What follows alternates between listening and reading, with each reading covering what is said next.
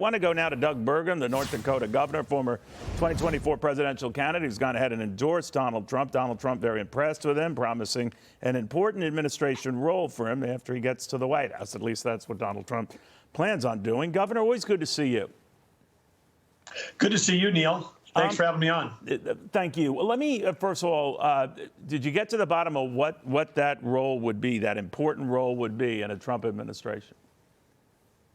No, not focused on that at all. Being very kind, very generous of the president to say those words during that rally. But we're really focused on President Trump getting the nomination as quickly as possible, uniting the Republican Party, and then driving all the energy towards beating Joe Biden. Because as you know, when I was running, Neil, we talked many times, but I was running on the economy, energy, and national security. These things are intertwined. Joe Biden's 180 degrees in the wrong direction. We've got a proven leader who's got the strength and the experience, Donald J. Trump, who can get the economy going in the right direction. We know he's going to be strong on national security, which includes border security, and he understands energy policy. So he's the guy that can get this Biden mess turned around. Commerce Secretary, Treasury Secretary? Haven't spoken to him about it. People have been asking me, and of course, it's flattering that people think I can run ag, energy, Department of Interior, commerce, all those things. I've got a wide range of backgrounds, but that's not what this is all about. Our focus right now, those are all hypotheticals. President Trump's got a big election against Joe Biden. Sure. We got to get our party united. We got to stop the infighting, and we got to go make sure that people understand that the right thing for the country and the world, the nation was safe and prosperous under President Trump. The world's become more dangerous under Joe Biden.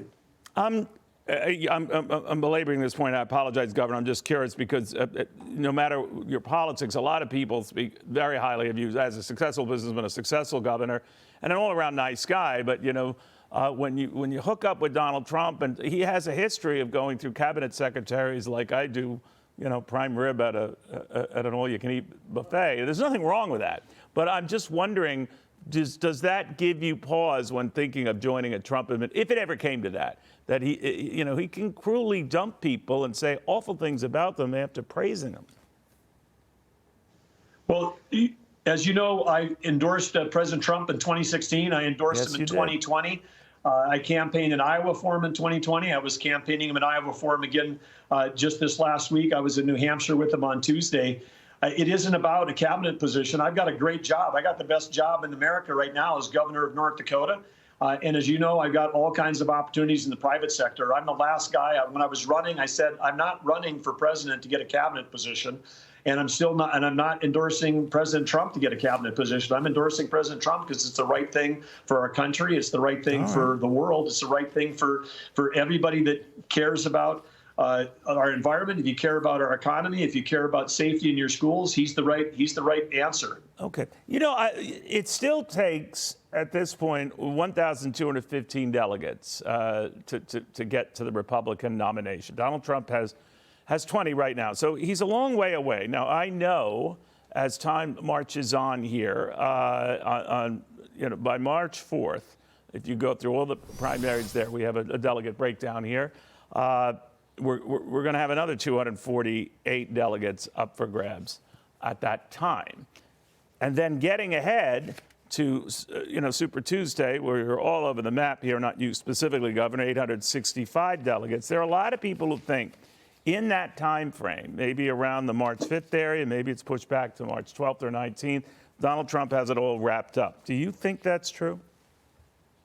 Yeah, absolutely. There's never been a win like we've seen in a Republican primary in Iowa. President Trump, he won with women, he won with college-educated voters, he won with rural, he won with suburban. He's leading in all 50 states.